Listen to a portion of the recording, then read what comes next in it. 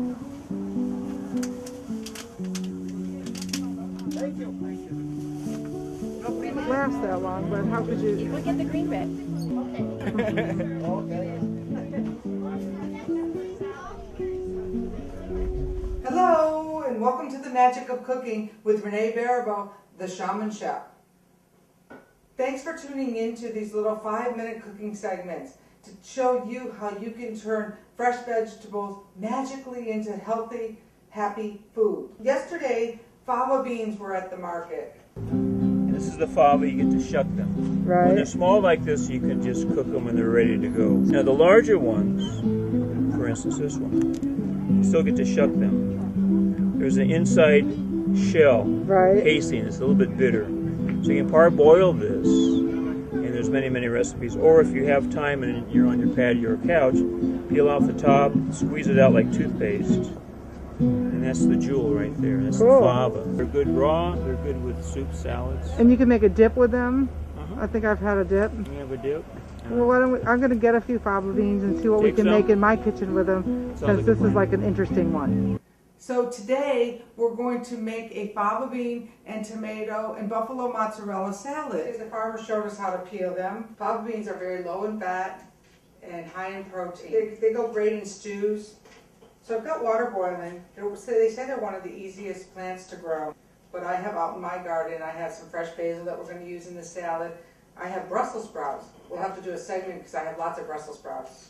Most of these look pretty reasonable size. There's only a couple in here that look like they need that second peeling. Oops.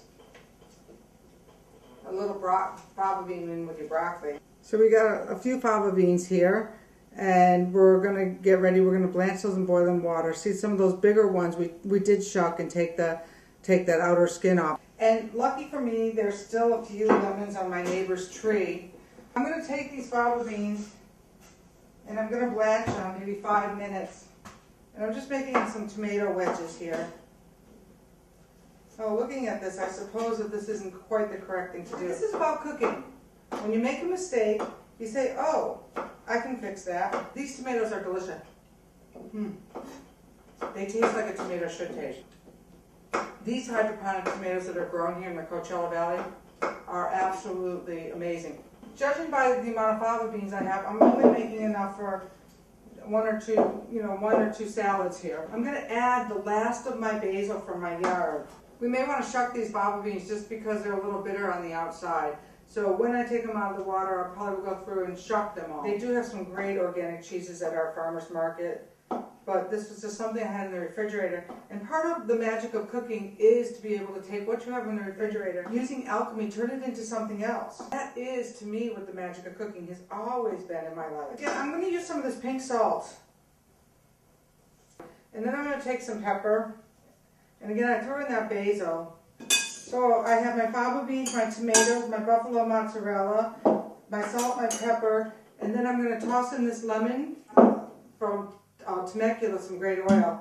I'm going to throw a little bit of oil on here, and we will make a nice platter, and we will have some lunch. Here is our fava bean and mozzarella and tomato salad on locally grown organic red leaf romaine. I am the Shaman Chef. This is the magic of cooking, and thank you for watching.